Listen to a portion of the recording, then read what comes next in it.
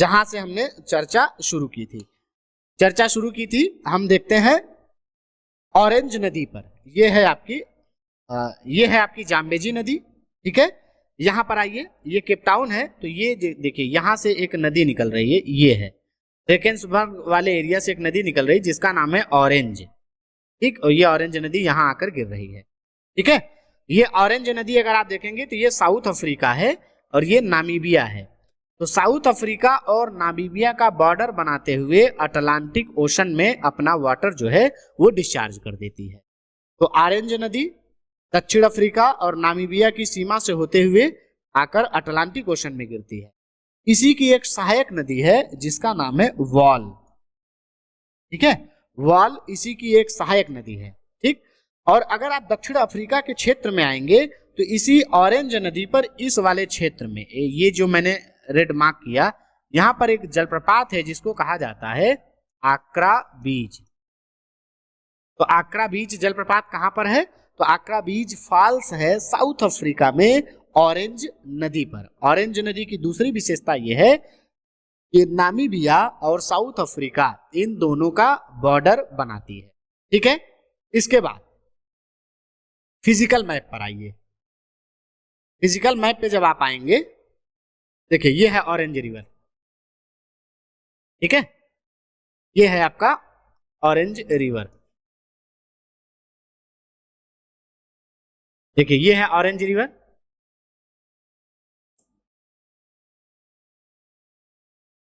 Orange river, ये देखिए ड्रेकेंसबर्ग कगार जो है वहां वाले क्षेत्र से निकलकर ऐसे होते हुए नामीबिया और साउथ अफ्रीका के बॉर्डर बनाती हुई अटलांटिक ओशन में गिर रही है। और अफ्रीका वाले यही क्षेत्र में अक्रा बीच फॉल्स इस पर स्थित है। ठीक है, अब आप आइए अफ्रीका के फिजिकल मैप पर। अफ्रीका के फिजिकल मैप पर आप आएंगे और जहां पर आप थे केप टाउन, इसी के ऊपर आपको जाना है। देखिए ये ऑरेंज नदी की बात हमने कर ली। ठीक है, ऑरेंज नदी यहां पर देखिए ये वॉल नदी है जो इसी ऑरेंज की सहायक है। ठीक है, इसके बाद यहां से आप थोड़ा सा ऊपर आएंगे तो आपको तट पर एक मरुस्थल दिखेगा जिसका नाम है Namib desert. Namib desert basically Namibia क्षेत्र में फैला हुआ है, नामीबिया। ठीक है, तो नामीबिया के क्षेत्र में केप टाउन से थोड़ा सा ऊपर निकलेंगे, नामीबिया देश में जाएंगे तो नामीबिया देश में आपको नामीब डेजर्ट दिख जाएगा।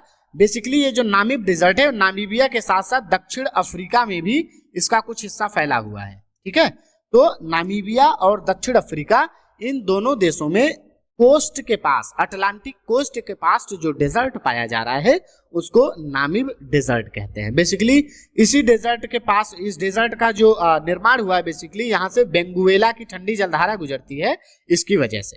ठीक है, तो बेंगुएला की ठंडी जलधारा इसी क्षेत्र से गुजर रही, तो नामीब डेजर्ट हो गया। ठीक है, नामीब डेजर्ट के बाद इस डेजर्ट की अगर आप बात करेंगे तो कैसा डेजर्ट है, तो यहां पर देखिए ये आपका 20 डिग्री की लाइन गुजर रही है और ये आपका ट्रॉपिक ऑफ कैप्रिकॉर्न है। तो बेसिकली ये ट्रॉपिक ऑफ कैप्रिकॉर्न के ऊपर के क्षेत्र में, थोड़ा सा हिस्सा इसका ट्रॉपिक ऑफ कैप्रिकॉर्न के नीचे भी आ जाता है, लेकिन फिर भी ये ट्रॉपिकल डेजर्ट है। ठीक है, उष्णकटिबंधीय क्षेत्र में इसका हिस्सा आता है, इसलिए ये एक ट्रॉपिकल डेजर्ट है। ठीक, अब ये जो नामीब डेजर्ट आपने जहां देखा वहीं पर अगर आप देखेंगे तो आपको एक खाड़ी मिल जाएगी जिसको कहा जाता है वाल्विस बे। ये नामीब डेजर्ट है, यहीं पर अगर आप देखेंगे तो यहां पर आपको मिल जाएगा वाल्विस बे,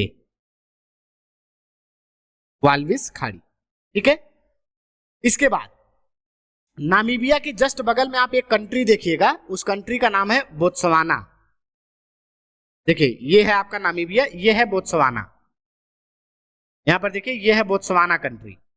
बोत्सवाना कंट्री में अगर आप आएंगे तो बोत्सवाना कंट्री में आपको एक डेजर्ट दिखेगा जिसका नाम है कालाहारी डेजर्ट। देखिए ये है आपका कालाहारी डेजर्ट। ये देखिए कालाहारी डेजर्ट अगर आप देखेंगे तो मिड कॉन्टिनेंट में स्थित है। ठीक है, मिड कॉन्टिनेंट में कालाहारी डेजर्ट, जो कि मुख्य रूप से कहां पर है, तो बोत्सवाना में है। ठीक है, तो बोत्सवाना में कालाहारी डेजर्ट है। इस कालाहारी डेजर्ट की विशेषता यह है, यहां पर एक जनजाति पाई जाती है जिसको कहा जाता है बुशमैन। बुशमैन जनजाति पाई जाती है इस कालाहारी डेजर्ट में मुख्य रूप से। ठीक है, इसके अलावा ये जो कालाहारी डेजर्ट है, यहां पर अगर आप देखेंगे तो एक नदी इसी के बीच से गुजरेगी, उस नदी का नाम है ओकोवांगो रिवर है। ठीक है, इसी कालाहारी डेजर्ट के बीच में देखिए ये एक रिवर गुजर रही है, ये इसी रिवर को कहते हैं ओकोवांगो रिवर, ओकोवांगो रिवर। ये ओकोवांगो रिवर जो है, इसका जो डेल्टाई क्षेत्र है उसको ओकोवांगो स्वैम्प कहा जाता है, जो अपने दलदली क्षेत्र के रूप में फेमस है। ठीक है, इसके अलावा ओकोवांगो रिवर चूंकि एकमात्र वाटर का सोर्स है कालाहारी डेजर्ट में, इसीलिए इसको ज्वेलरी ऑफ कालाहारी डेजर्ट कहा जाता है, यानी कि कालाहारी डेजर्ट का आभूषण के नाम से जाना जाता है आपकी जो कालाहारी डेजर्ट है। ठीक है, इसके अलावा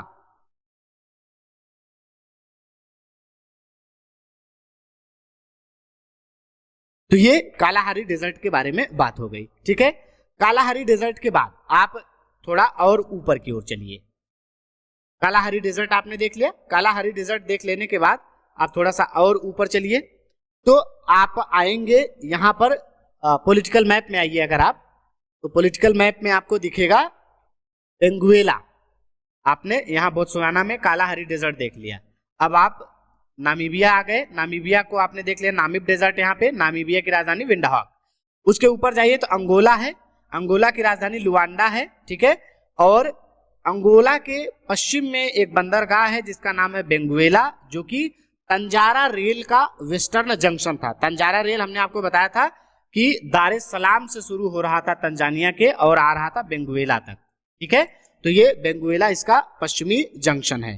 ठीक है, इसके अलावा बेंगुएला के पास में ही अगर आप देखेंगे तो चूंकि बेंगुएला एक बंदरगाह है, ठीक है, और इस बंदरगाह के पर दबाव जब ज्यादा पड़ने लगा तो इसी बेंगुएला के पास में एक दूसरा बंदरगाह बनाया गया है जिसका नाम है लोबिटो।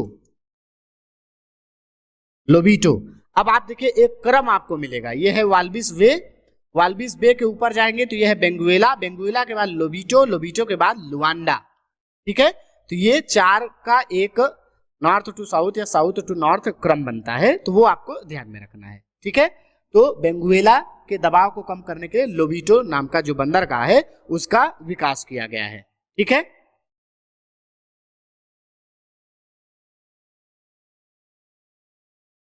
अब यहां से थोड़ा सा और ऊपर चलिए, थोड़ा सा जब आप और ऊपर चलेंगे तो आपको एक नदी मिलेगी, है ना, उस नदी का नाम है कांगो। यहां पर देखिए ये यहां वाले क्षेत्र से एक रिवर निकल रही है। ठीक, यहां पर एक जगह है मिटुम्बा, मिटुम्बा, मिटुम्बा माउंटेन्स। ठीक है, जाम्बिया और ये जो डेमोक्रेटिक रिपब्लिक ऑफ कांगो है, इन दोनों के बॉर्डर के पास में अगर आप देखेंगे तो मिटुम्बा माउंटेन्स मिलेगा, और उसी मिटुम्बा माउंटेन्स से एक नदी निकलती है जिसका नाम है कांगो।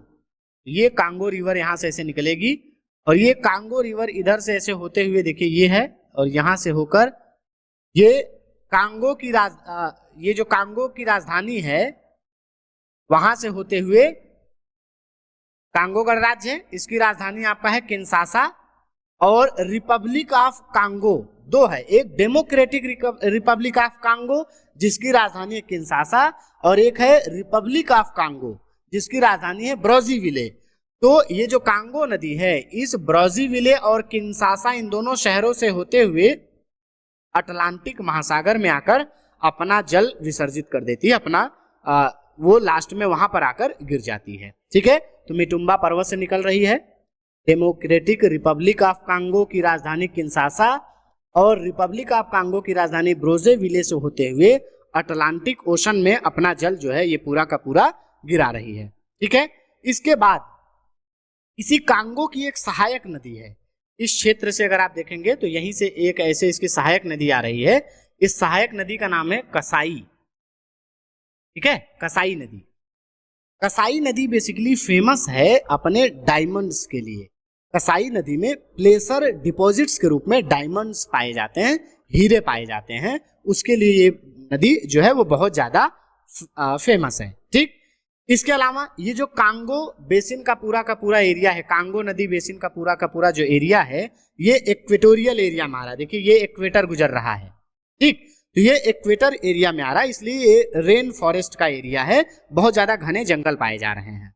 और इसी कांगो बेसिन में एक ट्राइब पाई जाती है जिसका नाम है पिग्मी। पिग्मी ट्राइब पाई जाती है इसी कांगो बेसिन में, जो सामान्यतः पेड़ों पर निवास करती है, उन्हीं पर झोपड़ियां बनाकर निवास करती है। और ये पूरी दुनिया में सबसे छोटे कद के प्राइमेट्स हैं, सबसे छोटे कद के पाए जाने वाले ह्यूमन बीइंग आप कह सकते हैं, ये यही पिग्मीज हैं।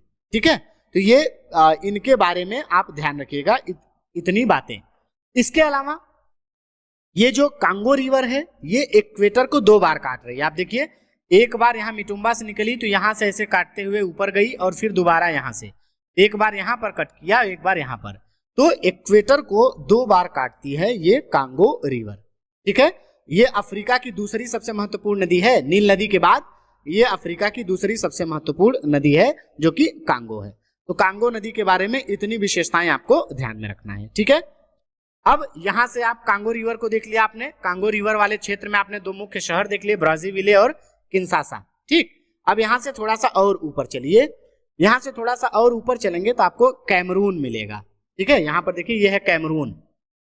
कैमरून के पास में ही आपको एक माउंटेन मिलेगा जिसका नाम ही है माउंट कैमरून। ठीक है,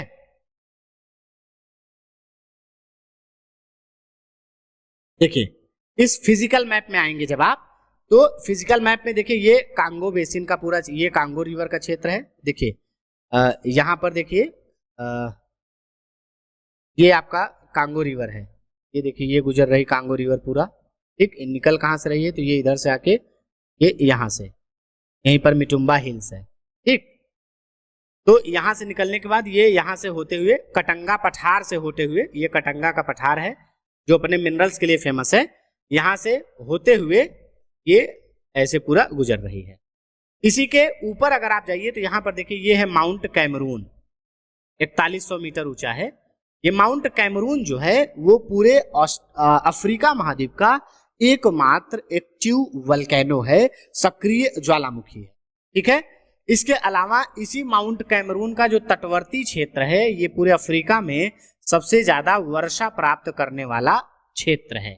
ठीक है, तो यहाँ पर कैमरून के पास में ही अगर आप देखेंगे तो सबसे ज्यादा वर्षा प्राप्त करने वाला क्षेत्र पाया जा रहा है, जो कि यहीं पर मुख्य रूप से गिनी की खाड़ी वाला एरिया है। ठीक है, यहाँ पर अगर आप देखेंगे माउंट कैमरून हो गया, माउंट कैमरून के पास में ही अगर आप देखेंगे तो आपको गिनी की खाड़ी दिखेगी, ये है गल्फ ऑफ गिनी।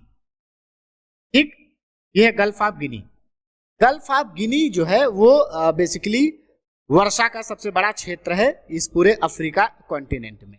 ठीक, इसके अलावा गिनी की खाड़ी का जो क्षेत्र है उसका तटीय क्षेत्र बहुत ज्यादा फेमस है अपने खनिज तेल उत्पादन के लिए। गिनी की खाड़ी के क्षेत्र का सबसे ज्यादा जो फेमस एरिया है वो है खनिज तेल के उत्पादन के लिए। गिनी की खाड़ी में ही आप तट के अंदर नाइजर नदी का जो डेल्टा है, यहां पर देखिए ये एक नदी है नाइजर, ये आ रही है ना, ये नाइजर नदी का डेल्टा का क्षेत्र है। नाइजर नदी डेल्टा के पास में ही अगर आप देखेंगे तो एक शहर मिलेगा जिसका नाम है पोर्ट हारकोट। ये जो पोर्ट हारकोट है ये खनिज तेल उत्पादन के लिए बहुत ज्यादा फेमस है। बेसिकली नाइजीरिया नाम का जो कंट्री है उसमें मिल जाएगा आपको। आप एक बार पॉलिटिकल मैप में अगर आप नजर देखें तो ये है नाइजीरिया, देखिए ये है आपका नाइजीरिया, और नाइजीरिया में देखिए ये है आपका हारकोट, पोर्ट हारकोट। ठीक, और ये है आपका नाइजर नदी, यहां से देखिए ये आ रही है नाइजर नदी, और इसी नाइजर नदी के मुहाने के पास में पोर्ट हारकोट है। ठीक है, तो पोर्ट हारकोट बेसिकली नाइजर नदी के मुहाने पर स्थित है और ये फेमस है अपने खनिज तेल के उत्पादन के लिए। ठीक है, इसके बाद अब नाइजर नदी की हम बात करें तो ये देखिए यहां पर ये फूटा जुलोन नाम का एक पठार है, ठीक है, फूटा जुलोन। इस फूटा जुलोन पठार के पास से ही आपकी नाइजर नदी का उद्गम हो रहा है और ये नाइजर नदी यहां से आकर डेल्टा बना रही है यहां पर, जहां पे पोर्ट हारकोट है। ये जो नाइजर नदी है, ये नाइजर नदी दो डेल्टा बनाती है, एक इनलैंड डेल्टा और एक कोस्टल डेल्टा। नॉर्मली कोस्ट के पास बनता है, लेकिन नाइजर नदी इनलैंड डेल्टा बनाती है, ठीक है। तो एक इनलैंड डेल्टा और एक आपका तट के पास में डेल्टा बनाती है ये नाइजर नदी, ठीक है। इसके बाद ये जो नाइजर नदी का पूरा क्षेत्र है, ये पाम की खेती के लिए फेमस है, ताड़ की खेती के लिए फेमस है। और जो ताड़ होता है, उस पाम आयल का जो ट्रांसपोर्टेशन होता है वो इसी नाइजर नदी के थ्रू किया जाता है। इसीलिए नाइजर रिवर को पाम रिवर भी कहा जाता है, पाम रिवर, ठीक है। तो नाइजर नदी को पाम रिवर के नाम से भी जाना जाता है। कारण क्या है? तो कारण यह है कि सबसे ज्यादा इस नदी का जो इस्तेमाल है वो पाम आयल के कह लीजिए कि ट्रांसपोर्टेशन के लिए ही किया जाता है। इसलिए इसका सबसे जो प्रमुख नाम हो जाता है वो पाम रिवर हो जाता है, ठीक है। आगे चलते हैं। आगे घाना, यहां पर आपने देख लिया नाइजर नदी। नाइजर नदी के पश्चिम में अगर आप देखेंगे तो एक नदी छोटी सी मिलेगी जिसका नाम है वाल्टा। ये देखिए, ये है वाल्टा नदी, ठीक है, ये वाल्टा नदी है। वाल्टा नदी की बात करेंगे तो वाल्टा नदी जो है वो घाना नाम का जो देश है उसकी सबसे महत्वपूर्ण नदी है और ये आकर गल्फ ऑफ गिनी में गिरती है, ठीक है, गल्फ ऑफ गिनी में आकर अपना जल विसर्जित करती है, ठीक।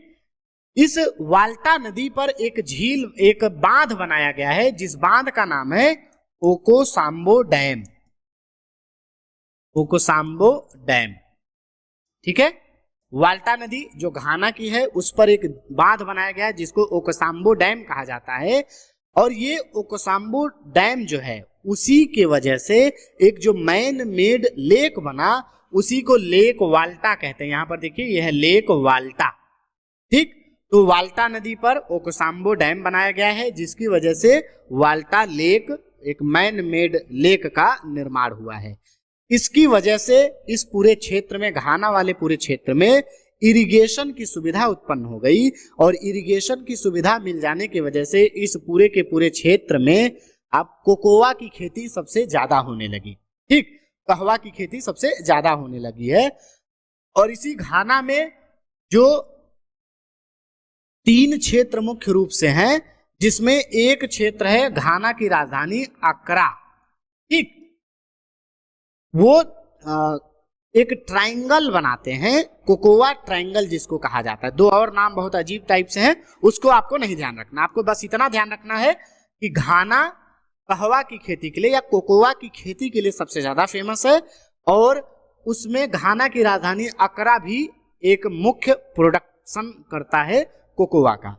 कोकोआ की बात करें तो कोकोआ यानी एक ऐसे ही कंडीशंस में, क्लाइमेटिक कंडीशंस में पाया जाता है जो गर्म क्षेत्रों में, हॉट रीजन्स में हो, है ना। इक्वेटोरियल रीजन की ही एक फसल है ये कोकोआ। तो अगर कभी प्रश्न ऐसा पूछा जाए कि कोकोआ किस देश में खेती होती है और 3 देश आपको यहाँ का देकर एक इक्वेटोरियल रीजन का एक कोई किसी और क्षेत्र का नाम दे दे, पोलर एरिया का नाम दे दे या मिड लैटिट्यूड्स का नाम दे दे, तो आपको क्लियर रखना है कि इक्वेटोरियल रीजन में ही ये जो कोकोआ है उसकी खेती होती है, ठीक है। तो ये आपने एक और नदी देख ली जो कि है वाल्टा, घाना की जो कि मुख्य नदी है, ठीक है।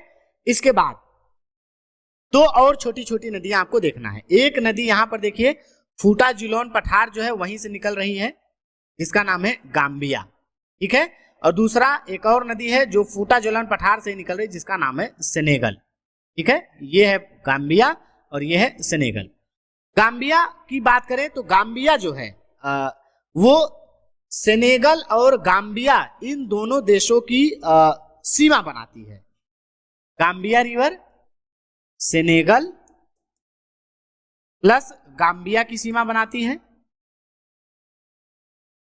और जाकर अटलांटिक ओशन में गिर जाती है। ठीक है, इसके अलावा जो सेनेगल रिवर है, सेनेगल और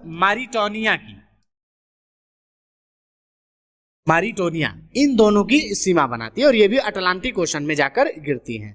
ठीक है, तो गाम्बिया रिवर और सेनेगल रिवर फूटा जुलॉन पठार से निकल रही हैं और जाकर अटलांटिक ओशन में गिर रही हैं।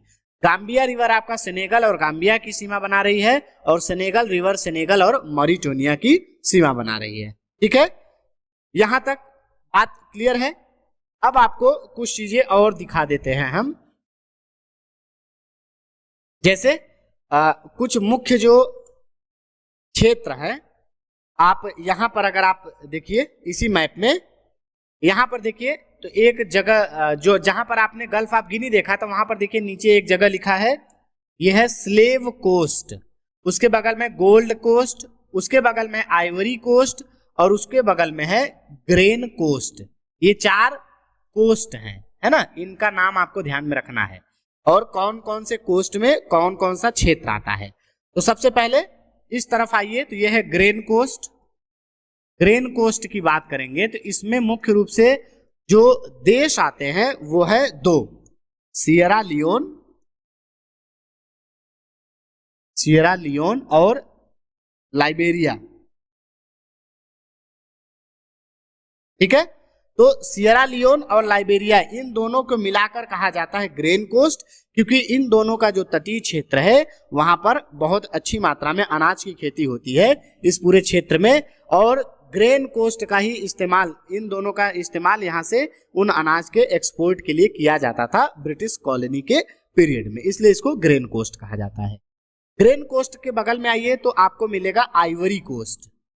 आइवरी कोस्ट में जो देश आता है उसका नाम है कोटे डी आइवोर।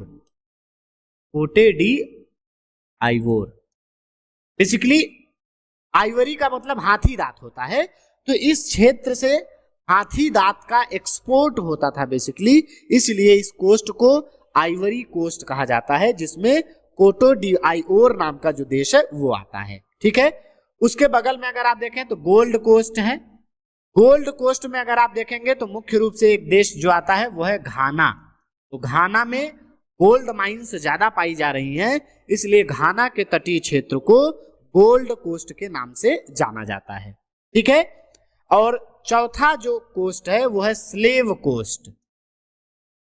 स्लेव कोस्ट में मुख्य रूप से टोगो, बेनिन और नाइजीरिया, ये 3 कंट्रीज आते हैं। टोगो, बेनिन और नाइजीरिया, ये 3 कंट्रीज आते हैं स्लेव कोस्ट में, क्योंकि इन देशों से दासों को अलग अलग उत्तरी अमेरिका और दक्षिणी अमेरिका के क्षेत्रों में या यूरोप के बहुत सारे देशों में ले जाया जाता था कृषि मजदूर के रूप में या इंडस्ट्रीज में काम करने के लिए लेबर के रूप में, इसलिए इनको स्लेव कोस्ट के नाम से जाना जाता है। ठीक है, तो ये जो 4 कोस्ट हमने बताए, ग्रेन कोस्ट में सियरा लियोन और लाइबेरिया है, गोल्ड कोस्ट में घाना है, आइवरी कोस्ट में कोटे डी आइवोर है और स्लेव कोस्ट में टोगो, बेनिन और नाइजीरिया है, इनको ध्यान रखिएगा। ठीक है, तो ये हो गया आपका कोस्ट जो 4 पाए जा रहे हैं मुख्य रूप से, उनमें कौन कौन से देश आ रहे हैं उसकी बात। इसी चीज को आप एक बार पॉलिटिकल मैप में देख लीजिए। यहां पर देखिए, यह है आपका सियरा लियोन, यह है सियरा लियोन जिसकी राजधानी फ्री टाउन है, हमने बताया था। यह है लाइबेरिया, ये दोनों मिलकर बने ग्रेन कोस्ट। ठीक, फिर यह है आपका कोटे डी आइवोर जिसको आपने कहा आइवरी कोस्ट। फिर यह है आपका घाना जिसकी राजधानी यह है अक्रा, ठीक, इसको आपने कहा गोल्ड कोस्ट। फिर आपका यह है बेनिन, यह है आपका नाइजीरिया और बेनिन के बगल में हल्का सा है टोगो। तो टोगो, बेनिन और नाइजीरिया यह है आपका स्लेव कोस्ट। यहां तक की बात हो गई क्लियर। इसके पहले की बातें हमने पहले ही कर लिया है। ठीक, अब इसके और आगे बढ़िए। अब जब आप इसके और आगे बढ़ेंगे, फिजिकल मैप में आइए, तो इसके आगे अगर आप बढ़ेंगे तो आपको मिलेगा क्या, सहारा डेजर्ट। ये देखिए, ये पूरा का पूरा जो क्षेत्र है ये है सहारा डेजर्ट का। ठीक है, सहारा डेजर्ट। सहारा डेजर्ट की बात करें तो ये मुख्य रूप से कहां कहां किन किन देशों में फैला है, तो मोरक्को, अल्जीरिया मैप में आप देखते चलिए। इसके अलावा मॉरिटोनिया, माली, मैं पॉलिटिकल मैप में दिखा देता हूं। देखिए यह है आपका मोरक्को, यह है अल्जीरिया, यह है मॉरिटानिया, ठीक, यह है लीबिया। लीबिया के बाद आपका यहां पर है इजिप्ट में भी फैला हुआ है, नाइजर में भी है, चाड में भी है, सूडान में भी है, ठीक है, और ये माली में भी है। वेस्टर्न सहारा तो है ही है। तो ये पूरे के पूरे अफ्रीका का ये जो पूरा क्षेत्र है, इस पूरे क्षेत्र में एक मरुस्थल फैला हुआ है जो दुनिया का सबसे बड़ा मरुस्थल है, उसको सहारा मरुस्थल के नाम से जानते हैं, ठीक है। तो ये सहारा मरुस्थल का क्षेत्र हो गया। सहारा मरुस्थल के बारे में अगर आप देखें तो जो सहारा मरुस्थल है ये ईस्टर्न क्षेत्र में, इसी का नाम लीबिया में देखिए तो ये लीबियन डिजर्ट हो जाता है, ठीक है। इसके अलावा इसी को ईस्टर्न डिजर्ट कहा जाता है नील नदी के पूरब की ओर, ठीक, और सूडान में इसी को नूबियन डेजर्ट के नाम से जाना जाता है, ठीक। ये ध्यान रखना है, सहारा डेजर्ट को ही लीबिया में लीबियन डिजर्ट कह रहे हैं, नील नदी के पूरब में ईस्टर्न डिजर्ट और सूडान में नूबियन डिजर्ट कहा जाता है। एक चीज ध्यान रखना है कि जो नील नदी है वो सहारा डेजर्ट को नूबियन डिजर्ट से या ईस्टर्न डिजर्ट से अलग करने वाली एक स्ट्रक्चर है, ठीक है। अब इस सहारा जो डेजर्ट है इसमें आपको कुछ पठार टाइप की संरचना मिलेगी, या आप कह लीजिए कुछ ऊंचे उठे टीले मिलेंगे। जैसे मान लीजिए कि कोई एक चट्टान है ना, ऐसे कोई मान लीजिए कि एक ऐसे चट्टान है पूरी, और इस चट्टान में यहाँ अवसादी चट्टाने हैं, यहाँ अवसादी चट्टाने, लेकिन ये आग्नेय चट्टान है। तो हवा चलने से अवसादी चट्टाने धीरे धीरे कट जाएंगी, लेकिन एक जो मोटा हिस्सा होगा वो ऐसे का ऐसे खड़ा मिलेगा। तो ऐसे बहुत सारे रॉक्स मिल जाते हैं जिनको टीला कहा जाता है। जैसे यहाँ पर देखिए ये है आपका होगर, ये है आपका जोहट, ये है तिवेस्टी, ये है कौसी, ठीक, ये है एयर प्लेट्यू, ठीक। तो ये कुछ ऐसे टीले हैं, जैसे ये है दारफुर, ठीक है। तो ये कुछ टीले हैं जो इस क्षेत्र में स्थित हैं, ठीक है। तो इस चीज को आप ध्यान में रखिए, ठीक है। इसके बाद अगर आप इस सहारा डेजर्ट के हल्का सा नीचे देखें तो सहारा डेजर्ट के हल्का सा नीचे आपको दिखेगा ये साहेल क्षेत्र, साहेल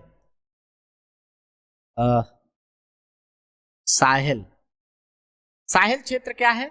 बेसिकली जो सहारा डेजर्ट है उसी का दक्षिण की तरफ जो विस्तार बढ़ रहा है उसी क्षेत्र को साहेल क्षेत्र कहा जाता है, ठीक है।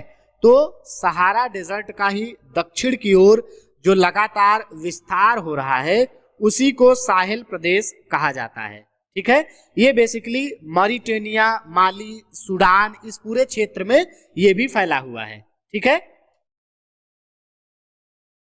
इसके बाद इसी सहारा डेजर्ट में अगर आप देखेंगे तो आपको एक झील मिलेगा यहां पर, ये देखिए ये है लेक चाड। जो सहारा जो पूरा डेजर्ट का एरिया है उस पूरे डेजर्ट में वाटर के लिए एकमात्र सोर्स है, और ये स्थित है बेसिकली कैमरून और चाड देश की सीमा पर, ठीक है। तो चाड झील है जो कैमरून प्लस चाड, ये दो देशों की सीमा पर स्थित है। सहारा डेजर्ट में पाई जाने वाली सबसे बड़ी झील है, इसके लिए जल का एकमात्र सोर्स है, और इसी झील में आकर एक नदी गिरती है, ये देखिए जिसका नाम है चारी। तो चारी नदी जो है वो इसी झील में आकर गिरती है, ठीक। तो ये हो गई आपकी बात सहारा डेजर्ट के बारे में, ठीक है। सहारा डेजर्ट के बाद तो सहारा डेजर्ट की भी बात हमने कर ली। अब इस हिसाब से जो हमारी पूरी की पूरी चर्चा है अफ्रीका महाद्वीप के बारे में वो कंप्लीट हो गई, ठीक है। अफ्रीका महाद्वीप की हमने शुरुआत यहां से की थी, और इधर से होते हुए पूरा का पूरा वो जो क्षेत्र है अफ्रीका कॉन्टिनेंट का, जो हमारे एग्जाम के पॉइंट ऑफ व्यू से जानना जरूरी है, उसके बारे में हमने पूरी चर्चा कर ली। अब आपको कुछ पठार दिखा देते हैं हम, और साथ ही साथ कुछ और हिल्स आप देख लीजिए। जैसे आप देखिए, ये है आपका ड्रैकेंसबर्ग कगार, ये भी एक पर्वत है, ये ड्रैकेंसबर्ग पर्वत हो गया। यहां पर देखिए ये है माटोपो हिल्स, ठीक, माटोपो हिल्स। माटोपो हिल्स के बाद आप ऊपर जाएंगे तो ये है काटंगा पठार, और ये है बी प्लेटो, बी प्लेटो या कहीं कहीं बाई प्लेटो लिखा मिल जाएगा। तो मटापो हिल्स हो गया, बाई प्लेटो हो गया या बी प्लेटो हो गया, और कटंगा प्लेटो हो गया। कटंगा प्लेटो के बाद इधर आएंगे तो यहाँ पर माउंट किलिमंजारो मिल जाएगा तंजानिया में, ठीक है। माउंट किलिमंजारो जो पूरे अफ्रीका महाद्वीप की सबसे हाईएस्ट पीक है, तो माउंट किलिमंजारो ध्यान रखना है, तंजानिया में है, जो अफ्रीका महाद्वीप की सबसे ऊंची चोटी है, ठीक। इसके बाद ऊपर आप देखें तो यहाँ पे कांगो बेसिन है। कांगो बेसिन के बाद यहाँ पर देखिए ये अडमावा माउंटेन है, अडमावा हाईलैंड के पास में अडमावा माउंटेन है। अडमावा माउंटेन के ऊपर देखेंगे तो ये आपका जोस पठार है, जोस पठार। जोस पठार के बाद यहां पर देखिए ये है लोमा माउंटेन्स, ये है फोटा जुलेन पठार, फोटा जुलेन पठार, ठीक। इसके बाद यहां पर आप देखें कुछ, एक है टेडमेट पठार, टेडमेट पठार है, ठीक है। तो ये मुख्य पठार है इस अफ्रीका महाद्वीप के। ये आपका इथोपियन हाईलैंड है, ठीक है। तो इतने पठारों को आपको ध्यान में रखना। एक पठार यहाँ पर एयर पठार है, एयर प्लेटो, ठीक। तो ये पठार भी ध्यान रखना है आपको, एग्जाम में प्रश्न सीधे सीधे पठारों के नाम से पूछा जाता है। ये जो कटंगा पठार या ये प्लेटोज हैं, ये सब मिनरल्स के लिए बहुत ज्यादा फेमस है, मेटालिक मिनरल्स का उत्पादन होता है इन सारे पठारों में, ठीक है। मुख्य रूप से मैग्नीज का प्रोडक्शन होता है इस कटंगा पठार के क्षेत्र में, ठीक। तो ये हमारी चर्चा हो गई अफ्रीका महाद्वीप की। अफ्रीका महाद्वीप की अगर हम रिवर्स की बात करें, एक बार मैं आपको रिवर्स जो है वो अलग से दिखा देता हूं, ठीक है।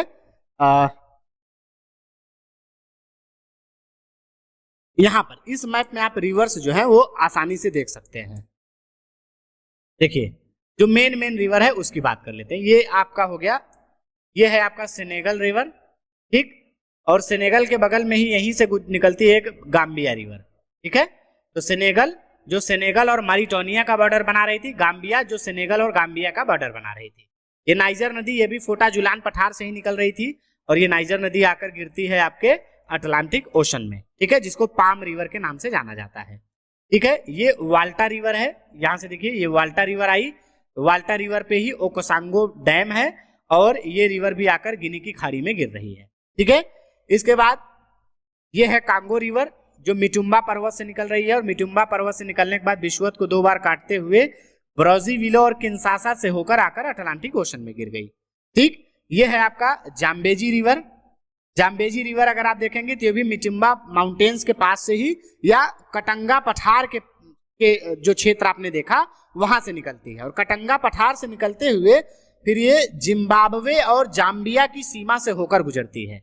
जिम्बाब्वे और जाम्बिया इन दोनों की सीमा से होते हुए मोजाम्बिक देश से होकर मोजाम्बिक चैनल में गिर जाती है, ठीक। ये मोजाम्बिक चैनल है, ये जाम्बेजी नदी हो गया। जाम्बेजी नदी पर ही हमने आपको बताया था कि इस पर एक डैम बनाया गया है जिसका नाम है करीबा डैम, उसकी वजह से करीबा लेक का निर्माण हुआ है, और इसी पर विक्टोरिया फॉल्स भी है, ठीक है।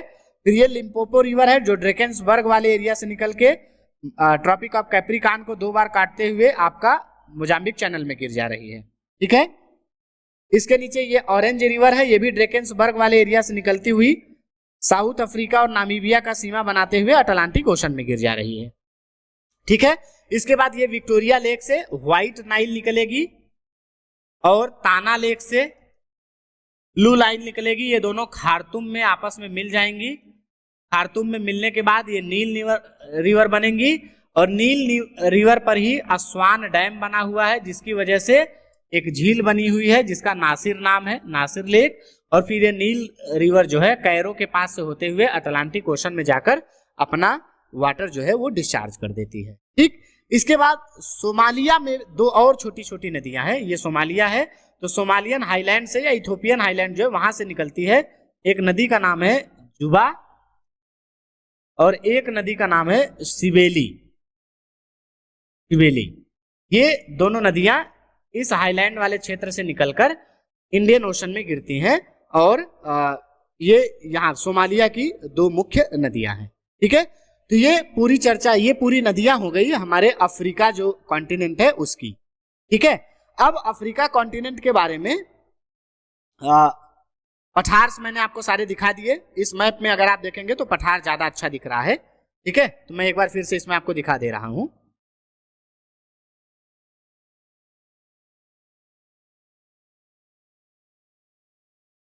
देखिए पूरी चीजें, एटलस माउंटेन हो गया, एटलस माउंटेन, टेडमांट प्लेट्यू हो गया, ये है ना। टेडमांट प्लेट्यू के बाद आप आइए तो ये आपका जोस का पठार हो गया, जोस पठार। जोस पठार के बाद यहाँ पे आपको देखिए फोटाजुलेन हो गया, इस जगह पे फोटाजुलेन पठार हो गया। फोटाजुलेन पठार के बाद यहाँ पर ये माउंट कैमरन हो गया। ठीक है, ये लेक चार्ड का एरिया हो गया। ठीक है, इसके बाद नीचे आइए तो ये है आपका कांगो बेसिन। कांगो बेसिन के बाद ये है आपका बी प्लेटो या बाई प्लेटो, ये कटंगा प्लेटो, ये देखिए विक्टोरिया फॉल्स हो गया। ठीक है, उसके बाद आपका यहाँ पर देखिए तो ये मुचिंगा माउंटेन्स या मुटिम्बा माउंटेन्स जो मैं कह रहा था वो। ठीक है, ये मिटुम्बा माउंटेन्स है, ये मुचुंगा माउंटेन्स है, फिर ये मटापो हिल्स है। ठीक, ये ड्रेकेंसबर्ग है और यहाँ पर माउंट किलिमंजारो है जो सबसे ऊंची चोटी है। ठीक, तो ये हो गई पूरे के पूरे इस क्षेत्र के जो मुख्य मुख्य पठार हैं, जो मुख्य मुख्य पर्वत है उनकी बात। एक बार मैं झीलों को दिखा देता हूँ। झीलों को देखिए तो यहाँ पर सबसे पहले यहाँ पर देखिए ये है लेक नासिर। लेक नासिर के बाद इस जगह पे अगर आप आएंगे तो आपको मिलेगा लेक असल, फिर ये है लेक ताना। लेक ताना के बाद ये है लेक तुर्काना। लेक तुर्काना के बाद अगर आप देखेंगे तो ये है आपका लेक अल्बर्ट। लेक अल्बर्ट के बाद आपका आ गया लेक विक्टोरिया। विक्टोरिया के बाद टंगानाइका। टंगानाइका के बाद यहाँ पर देखिए तो ये है न्यासा या मलावी। ठीक, इतनी झीलें, और फिर ये है करीबा। इतनी झीलों का नाम आपको ध्यान रखना है। ठीक है, तो ये झीलों का नाम ध्यान रखिएगा। इसके अलावा ये है लेक चाड और ये है लेक वाल्टा। इतनी झीलों का नाम आपको ध्यान में रखना है पूरे के पूरे अफ्रीका कॉन्टिनेंट में। ठीक, यहां पर देखिए सारी झीलें अलग से दिखाई गई है।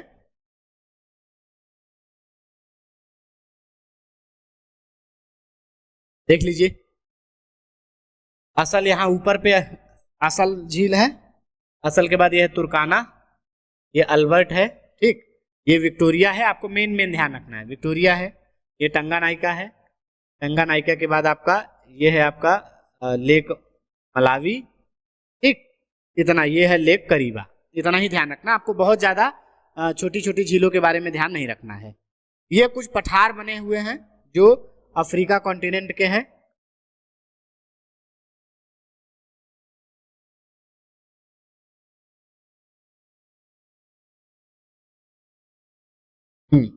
ये पठार बने हुए हैं कुछ।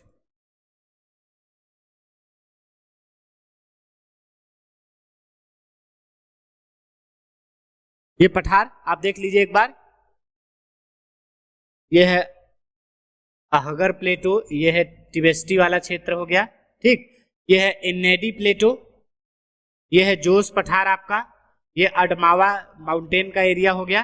ठीक है, ये ईस्ट अफ्रीकन पठार हो गया, ये इथोपियन पठार हो गया, ये बाई पठार हो गया, ये अंगोला का पठार हो गया, ये ड्रेकन्सबर्ग पठार हो गया।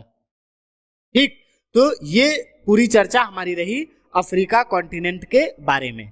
ठीक है, तो अफ्रीका कॉन्टिनेंट की हमारी जो चर्चा है वो पूरी कंप्लीट हो चुकी है। आप इसको अच्छे से रिवाइज करिए, 2-3 बार 4 बार मैप को जितना बार देखेंगे, जितने पठार्स बताए, जितने माउंटेन्स बताए, मैंने अलग अलग मैप लेके आपको 4-4 बार इसलिए बता दिया ताकि मेन चीजें आपको ऑलरेडी याद हो जाए। ठीक है, तो इन चीजों को रिवाइज करते रहिए। मिलते हैं अगले सेशन में। अगले सेशन में हम यूरोप महाद्वीप की शुरुआत करेंगे। ठीक है, तब तक रिवाइज करिए, मिलते हैं अगले सेशन में। धन्यवाद।